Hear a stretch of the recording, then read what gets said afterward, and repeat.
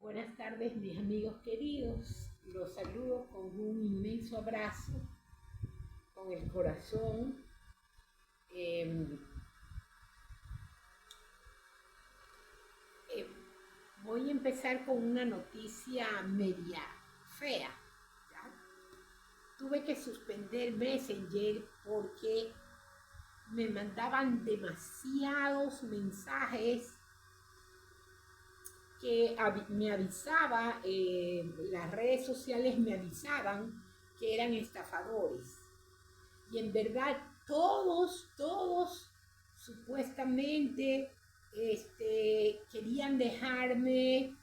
Uno era 190.000, otro me quería dejar 150.000, otro 140.000 y cosas así, que sí, que tú eres una persona confiable, que te ves honrada, honesta, y yo estoy en España o yo estoy en Francia o lo que sea, pero tengo cáncer de garganta. Qué casualidad que toditos tenían cáncer de garganta, pero todos en absoluto, todos tenían cáncer de garganta.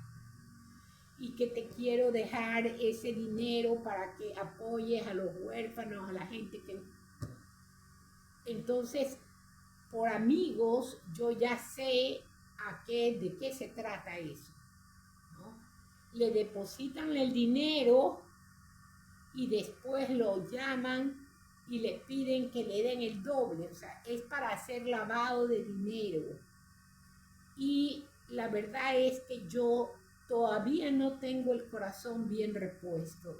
Todavía no. O sea, todavía lo lloro a mi marido. A pesar de ser 3 años, 4 meses, todavía lo lloro y todavía me siento débil con ese dolor, como para meterme en uno de esos problemas, en semejante problema. Entonces dije, no, con todo el dolor de mi alma, aunque no pueda conversar con los amigos, eh, anulemos, y Omarcito me dio la idea de mejor anular Messenger, ¿no?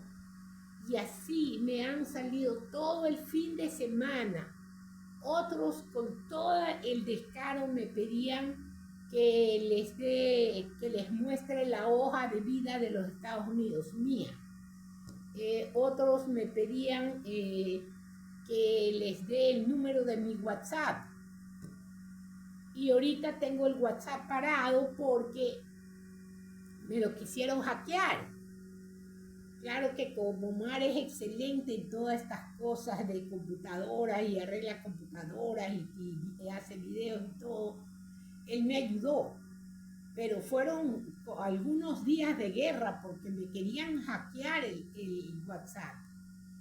Entonces, desgraciadamente, como está la tierra en este momento llena de gente mala, hay hartísimos estafadores. Entonces, lo que yo, por eso yo al principio le decía a Omar que yo prefería dar las prédicas y sin comentarios en absoluto, porque a mí lo que me interesa es avanzar rápido, porque la Biblia son ¿cuántos libros? Son 60 y pico de libros. Entonces, leer capítulo por capítulo la Biblia en orden para que a ustedes no les falte ninguna información, para que si yo me muero, me pasa algo, pasa alguna cosa y alguien les quiere engañar, ustedes no se dejen engañar y digan, no, porque mira, aquí está la palabra, esto dice en la palabra, yo lo leí, con estos ojos, señale sus ojos, yo lo leí. Entonces, no habrá diablo que le pueda engañar porque lo que uno ha visto con estos ojos uno aprende. Siempre, al menos en odontología, para cirugía, todos mis profesores decían, vea, mire la cirugía que estoy haciendo, mire por dónde voy, mire la cantidad de hueso que voy sacando, mire, aquí está la muela, ya la encontré, está acostada aquí en el maxilar, pero mire, porque si usted no mira no aprende nada. Si usted no mira, estoy seguro que yo lo voy a ver después de un tiempo, en vez de ya graduado de dentista, lo voy a ver con una paila vendiendo fritada al frente de la universidad. Así nos molestaban los profesores. Los profesores nos trataban, pero a la patada, en mi tiempo. Y entonces a mí toda la vida se me quedó eso. Y ellos decían, el que ve, el que ha visto algo, el que ha aprendido algo, viendo, no se olvida nunca. Y eso es lo que yo quiero. Por eso yo no hago de los estudios un showman, un showwoman sería, ¿no? De que el pastor da un versículo y de ahí 2 horas de pasearse gritando y gritando y diciendo bobadas y media, que eso no le va a cambiar el corazón a ninguno de ustedes. Mis palabras no les va a cambiar el corazón a ustedes, ni su vida. Lo que les va a cambiar a ustedes es la palabra de Dios. Esa es la que tiene el poder para cambiar los destinos que ya están escritos, pero a veces Dios los mueve por misericordia. La palabra de Dios es la única que tiene el poder para transformarnos de los demonios que éramos en alguien santo, ¿no?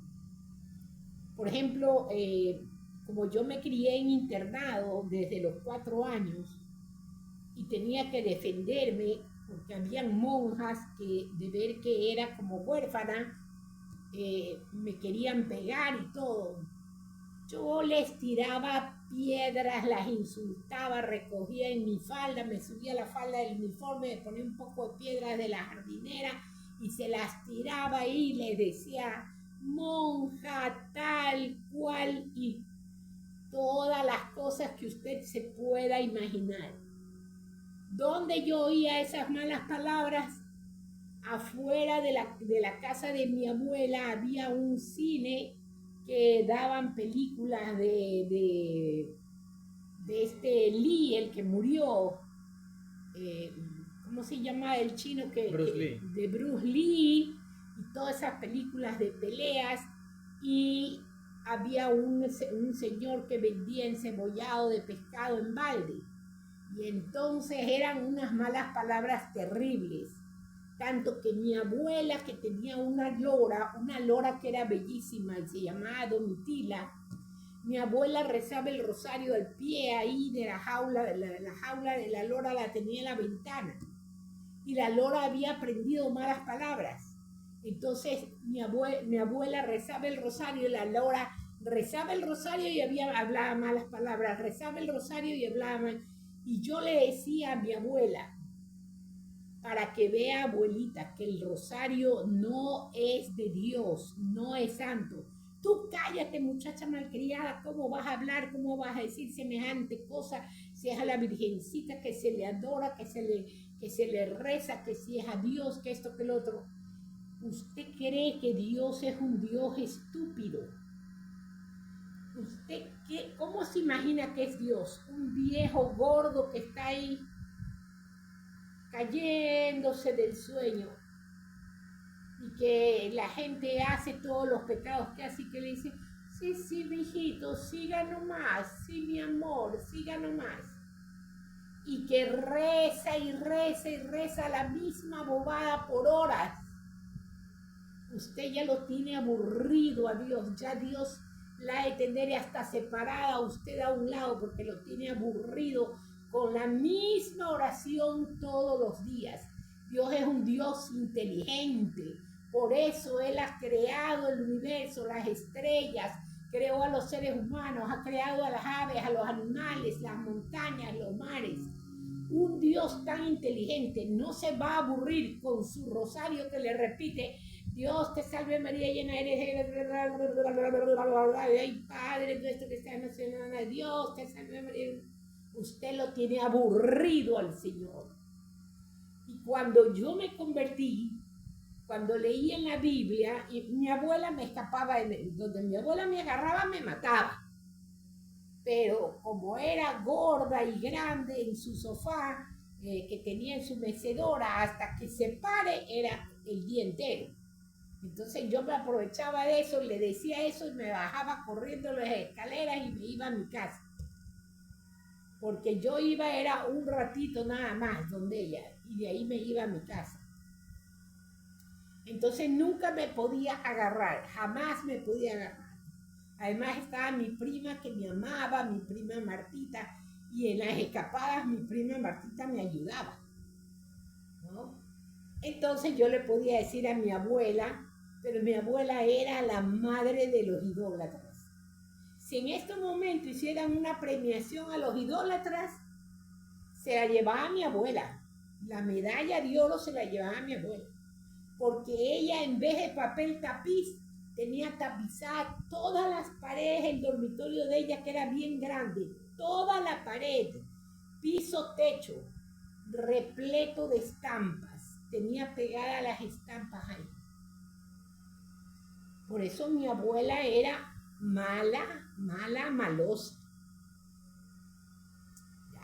Entonces yo me acostumbré a esa forma de defenderme en el internado. Tenía una tía monja que era hermana de mi papá, medio hermana de mi papá. Y un día que yo no le pude dar la hora, me cogió del pelo y me dio contra la mesa, una mesa grande donde hacían los deberes las internas. Y me hizo un chichón así en la frente, en un ratito, ¡pam!, me dio la cabeza contra el filo de la mesa. Y se paró mi amiga Martita, que era la mayor de todas las internas. Yo creo que ella tenía como 40 años internado y no salía. No sé qué historia triste tendría Martita. Se paró Martita, le tiró el velo, la agarró de los pelos, la tiró al piso y le dio una pateada y una puñetiza de las grandes. Entonces yo me enseñé, me acostumbré a eso, a defender, me hice violenta. Y mucho peor, que yo me casé a los 18 años y a los 22 años me divorcié, porque ese gran marido, que era el chico del barrio, el buen muchacho, que ya se iba a graduar de economista, que tenía título de ser máster en inglés y no sé cuántas cosas más, que era la envidia del barrio, había sido drogadicto, jugador de casino y mujeriego. Tenía todos los males el hombrecito. Así que yo a los 22 años le dije, hasta aquí llegué, yo no te aguanto más. Porque el hombre llegaba borracho, se vomitaba en la sala y yo salía por las mismas corriendo porque le cogía terror. Porque yo nunca había visto a mi padre borracho. Yo jamás vi a mi padre borracho. Nunca. Entonces, para mí eso era algo que me despelucaba el cuerpo, se me recogía el corazón y yo salía en quema. Hasta que ya me pude divorciar a los 22 años. Entonces, a los 22 años yo era, según la gente de mi barrio y toda la gente en ese tiempo, yo le estoy hablando de 1982, porque yo nací en el 60. Cuando yo tenía 22 años, en ese tiempo, para la gente, una mujer divorciada era una prostituta, una ramera, era una mujer de burdel, era de lo peor, de lo peor, de lo peor. Entonces yo me dediqué a estudiar, a trabajar como un burro para sacar adelante a mis dos hijos, porque ese hombre no les daba ni para un litro de leche, y me dediqué a estudiar y trabajar hasta que pude sacar mi título. Mi padre en ese tiempo en vida me dio un departamento de las casas renteras que tenía y yo viví en ese departamento. Y por eso yo pude estudiar odontología. Pero me volví súper violenta, porque como me veían sola, querían aprovecharse hasta los hombres. Entonces me acuerdo que mi vecina de al frente, que es brujísima, pagaba a la empresa de teléfonos, se había conseguido un tipo que siempre venía y me anulaba mi teléfono. Y yo sin teléfono no podía vivir tranquila porque yo trabajaba en el consultorio y mis hijos chiquitos acá pasaban acá en la casa. Entonces yo los llamaba cada media hora: ¿cómo estás? ¿Dónde está tu hermana? Ponme a tu hermana. ¿Dónde está? ¿Dónde está tu hermano? Y así. Y el tipo un día, ¡tac!, hablando, se me corta la llamada. Ya estuvo para pasar. Se me cortó la llamada. Entonces yo alcancé a ver que estaba la escalera del tipo con el hombre trepado. Yo bajé disparada las escaleras y le agarré la escalera y se la mecía en el aire. Y yo era así de flaquita, pero tenía una fuerza de monstruo. Cuando estaba histérica yo tenía una fuerza de monstruo. Y le agarré la escalera y se la dejé pegada, parada, allí en el aire. Y el tipo gritaba: no, no, señora, por favor. ¿Qué señora? Desgraciado, me deja sin teléfono porque te paga la bruja de aquí, de la esquina. Ya vas a ver, baja porque aquí te voy a moler. Aquí te voy a dar una patada y te voy a moler la cabeza por cada vez que me has anulado mi teléfono. Métete con mi teléfono y tú vas a ver lo que te pasa. Entonces, después de que le di algunas sacudidas y el tipo, y el: señora, por Dios, por favor, me va a matar, señora, me voy a caer. Y el tipo ya lloraba, y ahí lo soltó: ya bájate, pero no me hagas nada, señora, por favor, lárgate, desaparécete. Y agarró la escalera y se fue. Entonces, a mí me tocó defenderme en la universidad. Los profesores en primer año me llegaban aquí afuera de mi casa. Le habían pedido mi dirección a una de las secretarias de la Facultad de Odontología. Y yo le decía: sí, dígame, doctor, ¿a qué se debe su visita? Y me decía: es que yo quiero que tú seas mi secretaria, yo necesito una chica que me ayude. Y tú sabes, de ahí nos iremos a tomar unos cafecitos. Y esto, lo otro. Le dije: pero eso no es lógico. Usted no tenía ningún derecho a pedir mi dirección de mi casa. Eso está prohibido por la universidad. Esto no está dentro de las leyes de la universidad. Hágame el favor, doctor. A mí, respéteme y hágame el favor de salir de aquí.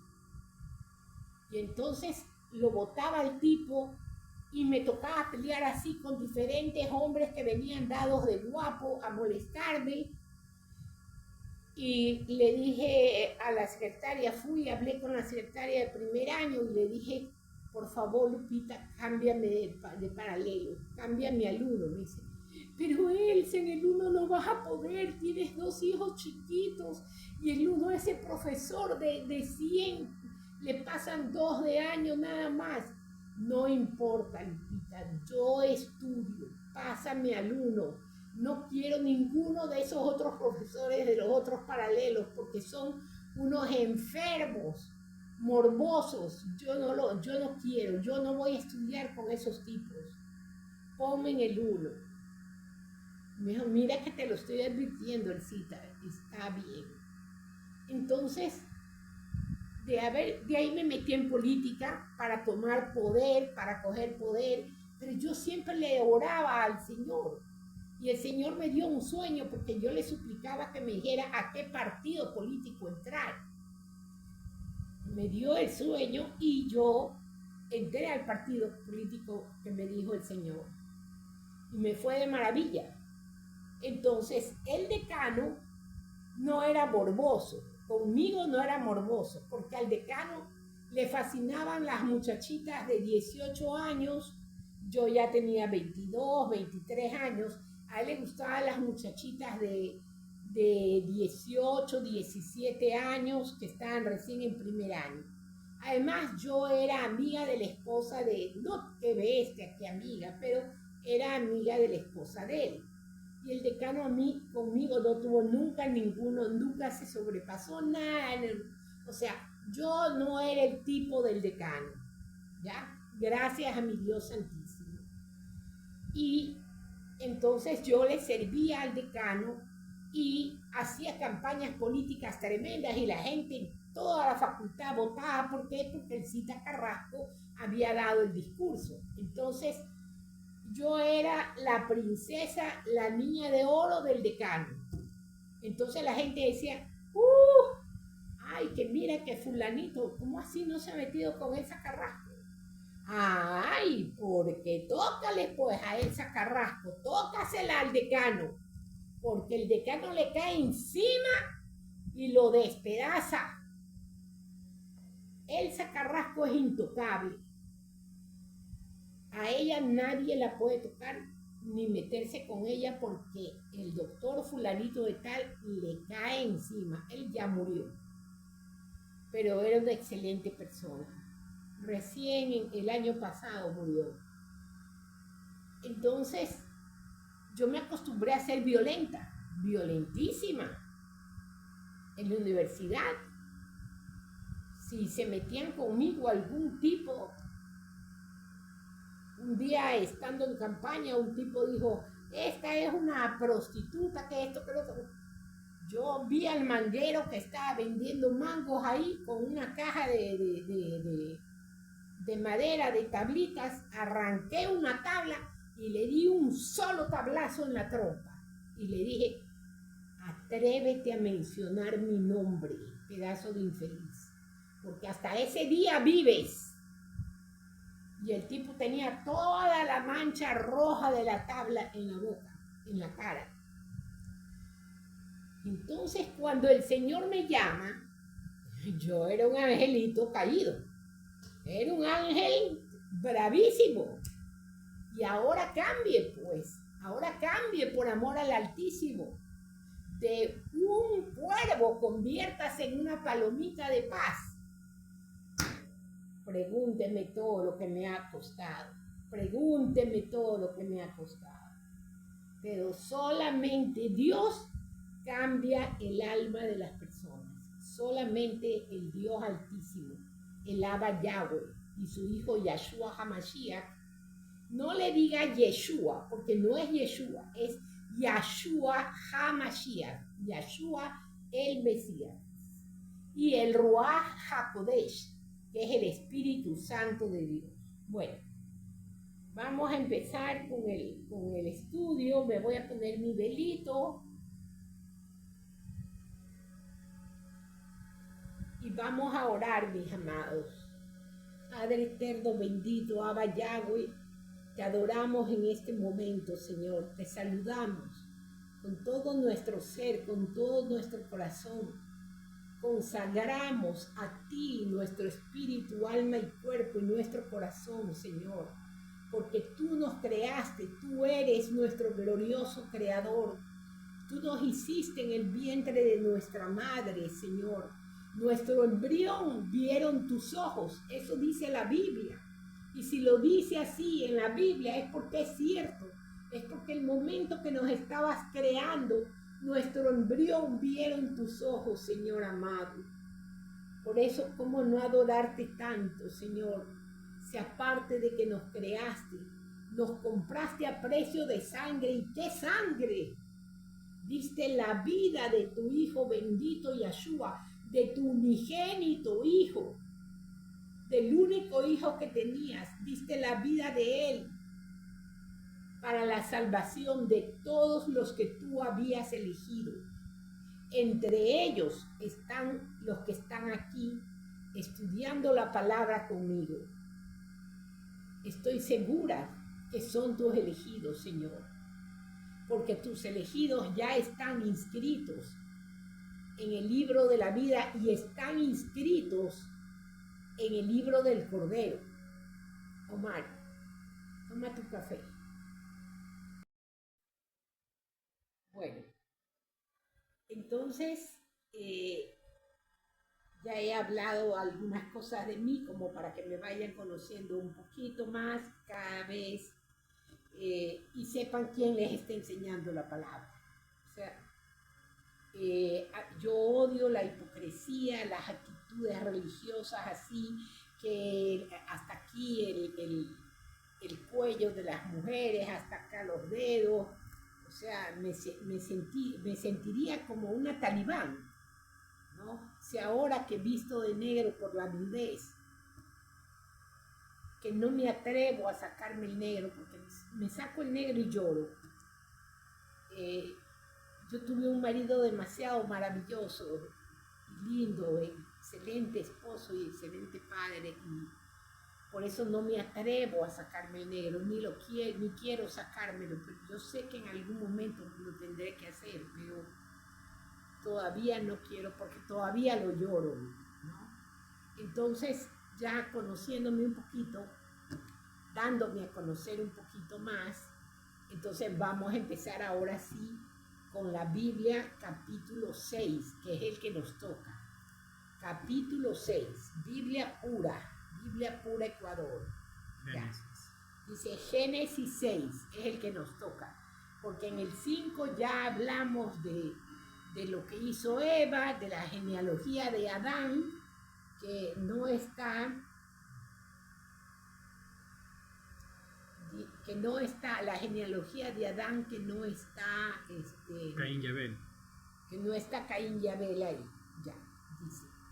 La maldad de los hombres, en el capítulo 6. Al tiempo cuando los hombres empezaron a multiplicarse en la tierra e hijas fueron nacidas a ellos, los hijos de Elohim, los hijos de Dios, o sea, los ángeles, porque tanto los ángeles caídos pueden estar muy caídos y muy hechos demonios, pero ellos son hijos de Dios. Es como que si su hijo se hiciera homosexual, drogadicto, marihuanero, de todo, pero sigue siendo su hijo, usted lo parió, lleva su apellido, sigue siendo su hijo. Así son los ángeles caídos, siguen siendo hijos de Dios, están en los infiernos, en los seoles, encerrados, encadenados, pero siguen siendo hijos de Dios. Entonces dice, los hijos de Elohim, de Dios, porque Elohim es Dios. Realmente la verdadera palabra para designar a Dios debe ser Elohim. Los hijos de Elohim vieron que las hijas de los hombres eran atractivas y ellos tomaron esposas para sí, cualquiera que escogieron. Yahweh dijo, mi espíritu no permanecerá entre estos hombres para siempre, porque ellos son carne, por lo tanto sus días serán 120 años. Aquí fue cuando Dios le puso límite a los años de la gente, porque acuérdese que Enoc vivió 985 años. Adán vivió como 700 años, y cuánto antiguamente la gente, los hombres empezaban a tener hijos recién a los 190 años. Entonces aquí es cuando Dios, dolido por lo que habían hecho, puso que solamente vivían 120 años. El versículo 3 dice, Yahweh dijo, mi ruaj, mi espíritu, no permanecerá entre estos hombres para siempre, porque ellos son carne, por lo tanto sus días serán 120 años.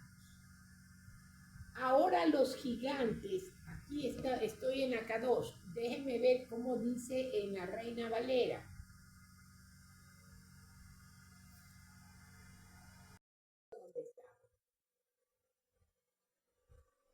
Ahora los gigantes estaban sobre la tierra en aquellos días.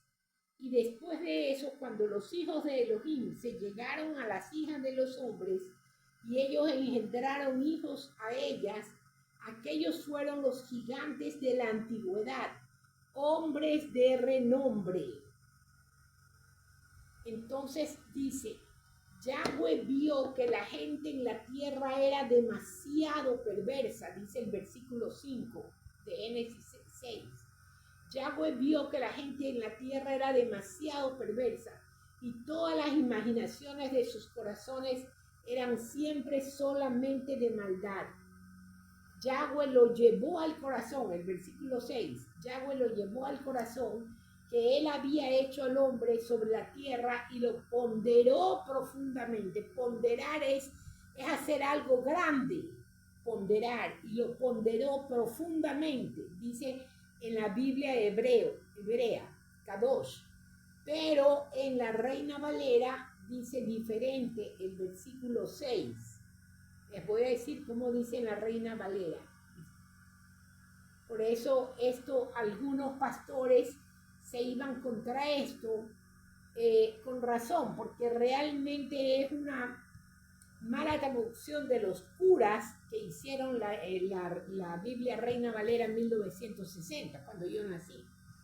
Dice, el versículo 4 en la Reina Valera: había gigantes en la tierra en aquellos días y también después que se llegaron los hijos de Dios a las hijas de los hombres y le engendraron hijos. Estos fueron los valientes, le dice aquí en la Reina, en la Reina Valera, y no es valientes, eran gigantes perversos. Estos fueron los valientes que desde la antigüedad fueron varones de renombre. Claro, se hicieron famosos porque defendían a los pueblos, mataban a los leones que estaban matando a la gente. Entonces la gente, ¡guau, bravo! Y uno de ellos era acuérdese que algo importante que me faltó decirles es, cuando Eva tuvo a Caín y Abel y después tuvo a Set, acuérdese que cuando Dios maldice a la tierra y la maldice a Eva, le dice, yo pondré muchísimo dolor en tus preñeces, darás a luz con mucho dolor, y yo pondré enemistad, o sea, yo pondré pelea, odio, entre tu simiente y la de ella, le dice a la serpiente. O sea, que la serpiente tenía simiente, tenía descendencia. Ya su descendencia era Caín y Abel, pero el único que había quedado era Caín. Y de ahí, de los todo perverso que usted ve, créame que en todos sus ancestros es descendiente de Caín. Ese es el grave problema que hay en este momento en Israel, que tienen con los de Gaza. Todos los edomitas, Edom, dice Dios, Edom era hijo de Isaac, del hijo de Abraham. Edom era el primogénito y Jacob era el segundo. Pero ellos eran mellizos. Pero Edom lo odió porque Edom le vendió su primogenitura a Jacob. Y Jacob, que soñaba con la agarró. Entonces Edom dijo que lo iba a matar y Jacob tuvo que correr donde Labán, el hermano de Rebeca, de su madre. Entonces, en esto, ¿no?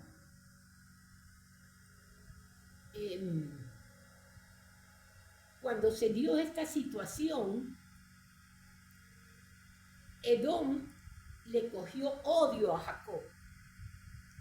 Y a Jacob, en un día que estuvieron con el Señor, Jacob estaba en una montaña solo y peleó toda la noche contra Yahshua. Y le decía, tú tienes que bendecirme. Y Yahshua le decía, suéltame. Pero Yahshua dejándose, porque en semejantes poderes no iba a poder soltarse de un hombre. Y Jacob lo tenía agarrado y le decía, no te soltaré hasta que me bendigas. No te soltaré, porque él sentía en su corazón que era Yahshua. Hasta que Yahshua le dijo, le soltó el manto de él y le dijo, ¿cómo te llamas? Y Yahshua sabía muy bien que él era Jacob. Y le dijo, Jacob, pues desde hoy te llamarás Israel. ¿Por qué Jacob significa el engañador? Porque como Isaac ya estaba ciego, y le dijo al hijo, a Edom, que era Esaú, le dijo que le preparara un guisado porque Esaú era cazador. Esaú se fue a cazar y hasta eso Rebeca, la madre, ella sabía porque Dios ya le había prometido. El problema es que nosotros a veces creemos que no, Dios me prometió eso, pero tengo que darle una ayudadita porque parece que a Dios se le está diciendo difícil. Por eso que las cosas no me salen bien. Yo le voy a dar una ayudadita. Y eso fue lo que hizo Rebeca. Rebeca hizo un guisado, como mató un cabrito, hizo un guisado y le puso a Isaac todo el pelo de las ovejas, las pieles de las ovejas. Entonces dijo, si tu padre te toca y te siente velludo, él pensará que eres Esaú. Entonces así lo engañó a Isaac Jacob. Isaac lo tocó, así lo engañó a Isaac Jacob, lo tocó y le dijo, si eres velludo, si eres Esaú. Y le dio todas las bendiciones de la primogenitura. Cuando llegó Esaú, le pidió las bendiciones, le dijo, ya te he hecho el guiso, dame las bendiciones. Isaac le dijo, no me queda ninguna, porque vino tu hermano y después yo me di cuenta que se había hecho pasar por ti. Vino Jacob y me dijo que eras tú y yo le di todas las bendiciones. Yo lo mato y esto que lo otro. Y Rebeca le dijo, ándate donde Labán, mi hermano. Y a Jacob le tocó huir, porque Esaú se las tenía juradas, Y Dios en la Biblia dice, porque yo amé a Jacob y aborrecí a Esaú. Y la propia Biblia le pone Esaú igual Edom. Dios aborrece a los edomitas, por eso los aborrece a los de Gaza, porque son perversos. Mire, los de Gaza no tenían una gota de agua para tomar, porque la única agua que tenían era la de mar. ¿Qué hicieron los israelitas, compasivos con los de Gaza? Instalaron unas máquinas grandototas para desalinizar el agua. Entonces entraba el agua del mar y esas máquinas le sacaba toda la sal y le salía agua potable purita. Eso les dieron a los de Gaza. Estaban enfermos, que tenían una operación grave, al hospital donde Israel, que necesitaban medicinas. Aquí nosotros, el doctor nos manda 12, 16 cápsulas para que tomamos una en la mañana, una en la tarde, por 6, 8 días. En Israel no es así. En Israel le mandan 4 a lo sumo, eso exagerando. Con 2 cápsulas en Israel usted se sana. Así es la medicina allá. Les han dado agua, comida, medicinas, pero sin embargo, los de Gaza estaban bien calladitos, permitiendo que todos los talibanes hicieran, que todos los de Hamas estuvieran haciendo los túneles debajo de los hospitales, debajo de las escuelas, bien calladitos. Y muchas veces han entrado a Israel y el israelita tranquilo comprando en el supermercado, cuando en eso, ¡pac!, una cuchillada. ¿De quién? De uno de Hamas. Y siempre los viven acuchillando de sorpresa. Esa es la vida que tienen los israelitas. Es una vida dura. Después fregaron, hicieron una guerra, reclamaron, fueron a llorarle a la ONU, fueron a llorarle a todos lados de que pobrecitos ellos, porque siempre han tenido un espíritu de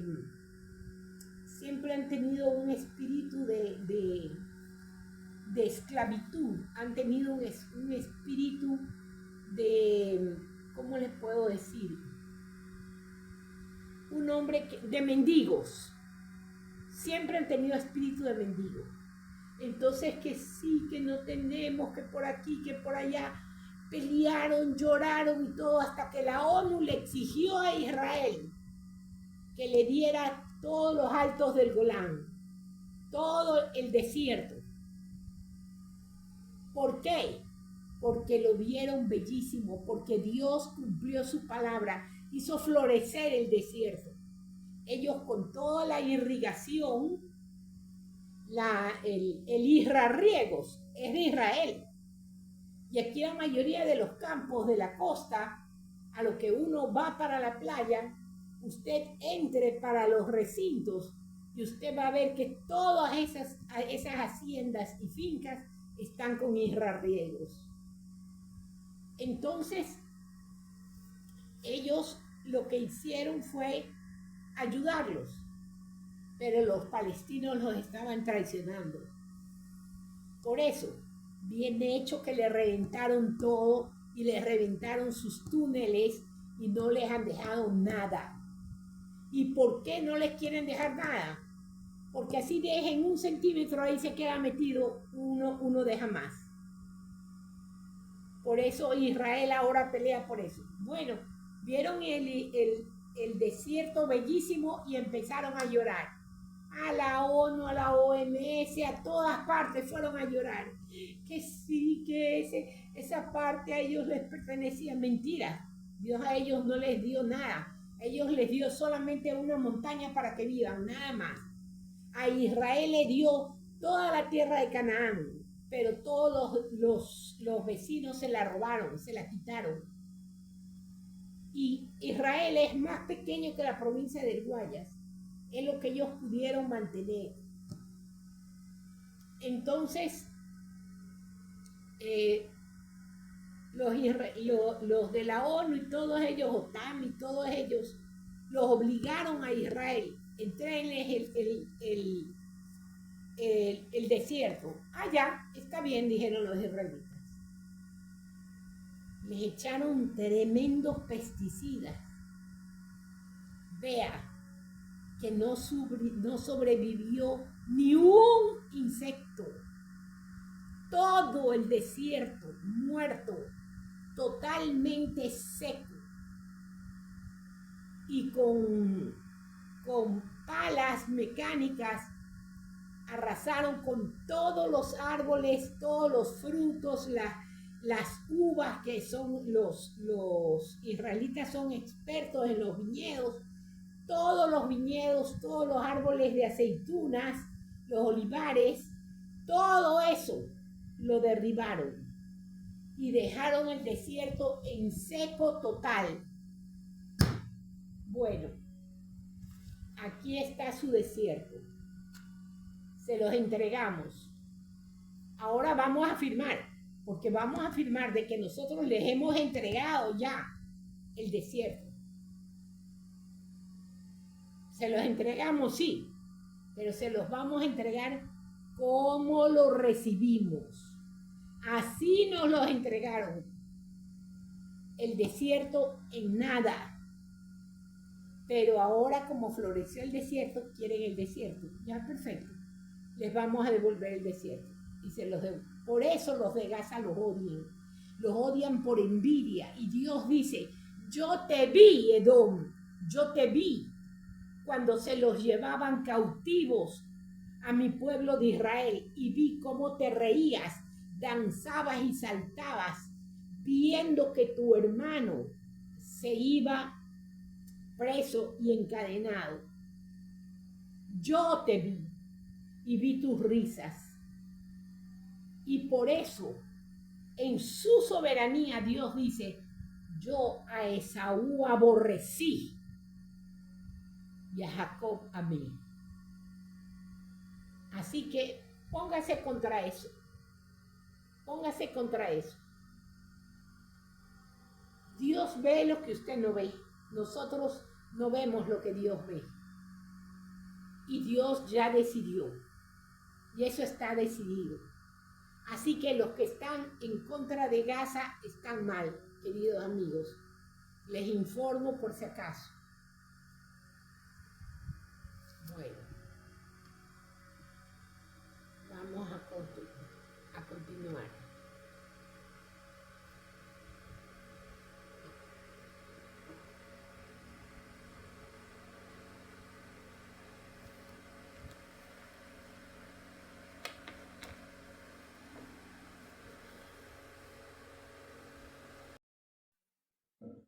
Ya. Entonces, en el 5 dice, Y vio Yahweh que la maldad, estoy leyendo la Reina Valera 1960. Aquí dice Jehová, pero yo no soporto ese nombre porque Jehová significa he aquí la maldición. Jehová no es el nombre de Dios verdadero. Por eso los testigos de Jehová son una secta, porque ellos creen que Yahshua no es hijo, no es Dios. Ellos creen que Yahshua es un ángel. Además, ellos piensan que solamente se van a salvar 144,000, porque han sido engañados. Aquí en la Biblia, en la Kadosh, en la Biblia hebrea y en la hebrea que está en puro hebreo, dice bien claramente, dice que, ¿qué dije esto? Ya. Entonces, hablan de que solamente 144,000 se van a salvar. Y si ustedes leen en Apocalipsis, la Biblia, hasta la Reina Valera, va a ver que dice que Dios va a sellar en las frentes a 144,000 varones judíos, 12,000 de cada tribu. Son 12 tribus. La tribu de Judá, la tribu de Rubén, cada tribu, 12,000 de cada tribu. Y son judíos varones vírgenes, que Dios los va a sellar para que ellos prediquen la palabra en el tiempo de la gran tribulación. Y después el antimesías los matará. ¿Ya? Entonces, y está en la Reina Valera y está en la Biblia Kadosh, sobre los 144,000 varones judíos vírgenes que van a ser sellados en el séptimo sello para que ellos prediquen en toda la gran tribulación, prediquen a los hombres a ver si alguno se salva. La esperanza de Dios de que alguno se salve está hasta el final, ¿ya? Bueno. Entonces dice aquí en la Reina Valera, el 5, y vio Yahweh que la maldad de los hombres era mucha en la tierra y que todo designio de los pensamientos del corazón de ellos era de continuo solamente el mal. Y el 6 dice, y se arrepintió Yahweh de haber hecho, aquí dice Jehová, dice, y se arrepintió Yahweh de haber hecho hombre en la tierra y le dolió en su corazón. O sea, yo me acuerdo que en los seminarios la gran pregunta era, ¿y Dios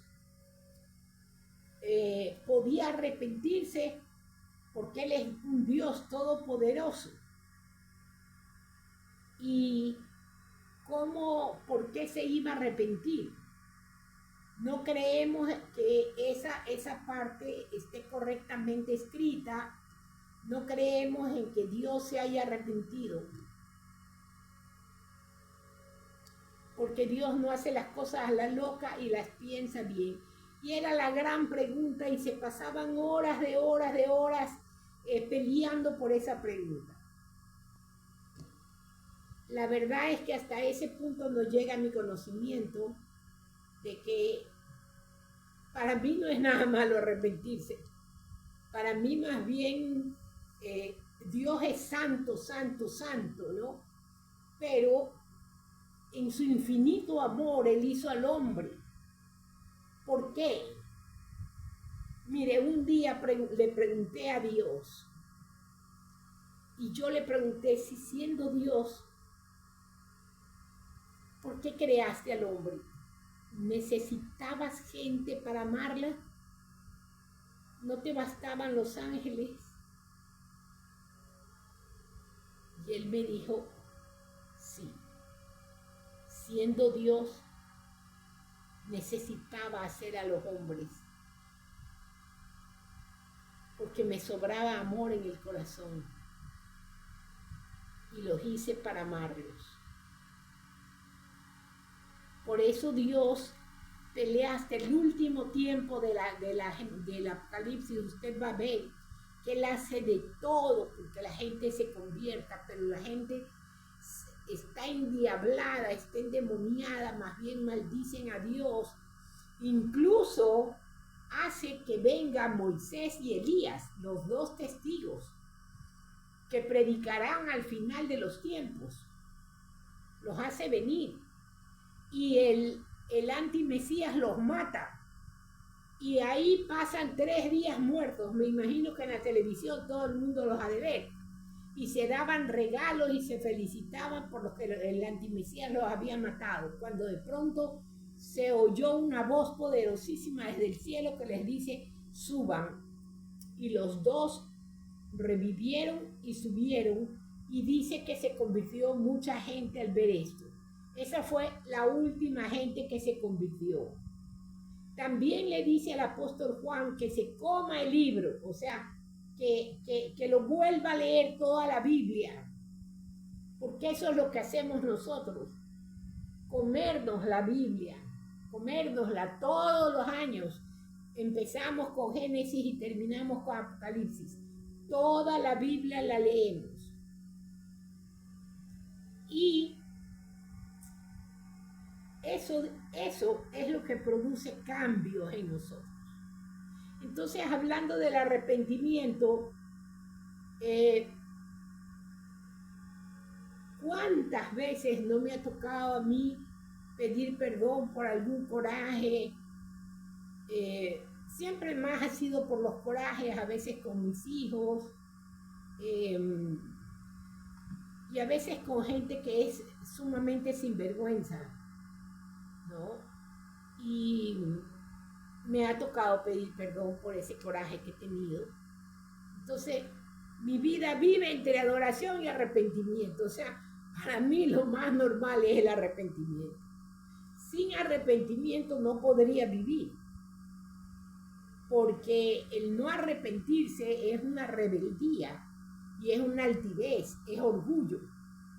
Y lo que yo más vivo haciendo es pidiéndole perdón a mi Señor bendito por cualquier pecado que me quede por ahí medio guardado, que me lo queme, me lo saque y no me deje nada, para vivir en santidad.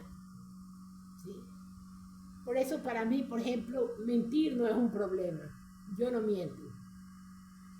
Prefiero que me maten. Desde niña era así. Prefiero que me maten antes que mentir. Siempre decía eso. Y sigo siendo así. Y no engañar, no perjudicar a nadie. En todo lo que yo pueda hacer, lo mejor lo hago para no perjudicar a nadie. Pero sin embargo siempre vivo arrepintiéndome, pidiéndole perdón al Señor por cualquier pecado, que a veces hay transgresiones que pasan así como desapercibidas y parece que como que no hubiéramos hecho nada y estamos hechos unos angelitos, pero realmente ya tenemos hasta cachos. Entonces hay que estar en constante... ser un menesteroso. Un menesteroso es una persona que siempre vive orando y clamando perdón. Así es mi vida diaria de oración, pidiendo perdón. Si no pido perdón por lo mío, pido perdón por todos los pecados del presidente, que ahí está Lavinia metida ahí en esas iglesias idolátricas, se fueron hasta donde el Papa, donde ese papa satánico. Más idólatras esa pareja no pueden ser. Entonces se fue a la asamblea de los indígenas en Otavalo, que eso era una cosa que le llaman cultural, y de cultural no tiene nada, sino de súper satánica, porque esa es la mesa grande que adornan con todas las cosas que ellos van a vender y la dedican al Inti Raymi, al sol. Son adoradores del sol y de cuánto espíritu demoníaco más puedan. Y Daniel Noboa se fue a meter a eso. Entonces nosotros oramos para que este hombre no haga más bestialidades. no se meta más en idolatría, pero desgraciadamente todos los ancestros de él son súper idólatras. La tía de él hizo la iglesia del Jesús de la Misericordia en Vía La Costa. Ni a los 4 días de lo que hizo la iglesia, a lo que la abrieron, ya la inauguraron, esa iglesia del Jesús de la Misericordia, mataron ahí donde venden secos, mataron a un señor. Lo que nunca había pasado,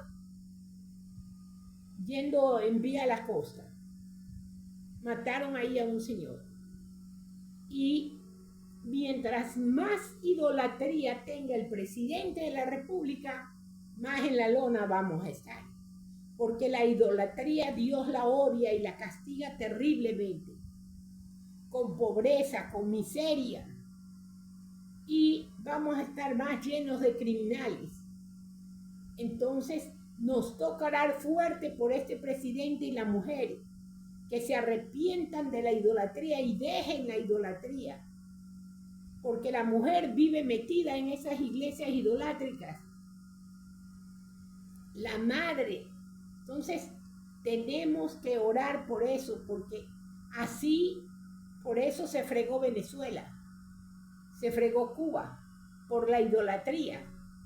Empezaron con la idolatría y terminaron con la brujería y la santería. ¿Por qué cree que está fregado Venezuela?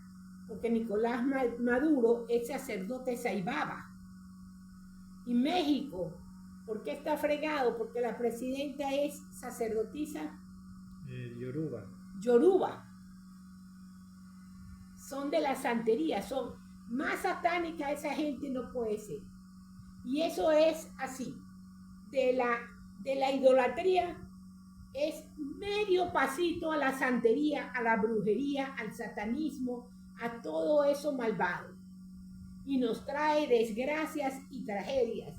Por eso nosotros, los que sabemos lo que es la idolatría, debemos orar y clamar al Señor para que le mande un grave contristamiento al presidente y a la esposa, a la familia, para que dejen de ser tan idólatras, para que dejen todos esos muñecos católicos a los que ellos se les arrodillan. Bueno, vamos a continuar con la Biblia. ¿Ya? ¿Cuántos tiempos tenemos? 2 minutos. Ya. Y aquí dice, y se arrepintió Yahweh de haber hecho hombre en la tierra y le dolió en su corazón. Eso dice en la Reina Valera. En cambio, el versículo 5, Yahweh vio que la gente en la tierra era demasiado perversa y todas las imaginaciones de sus corazones eran siempre solamente de maldad. Yahweh lo llevó, mire acá la diferencia como habla en la Kadosh. Yahweh lo llevó al corazón que él había hecho al hombre sobre la tierra y lo ponderó profundamente, o sea, lo pensó, le dolió profundamente, le dolió tanta maldad del hombre cuando él lo hizo con tanto amor.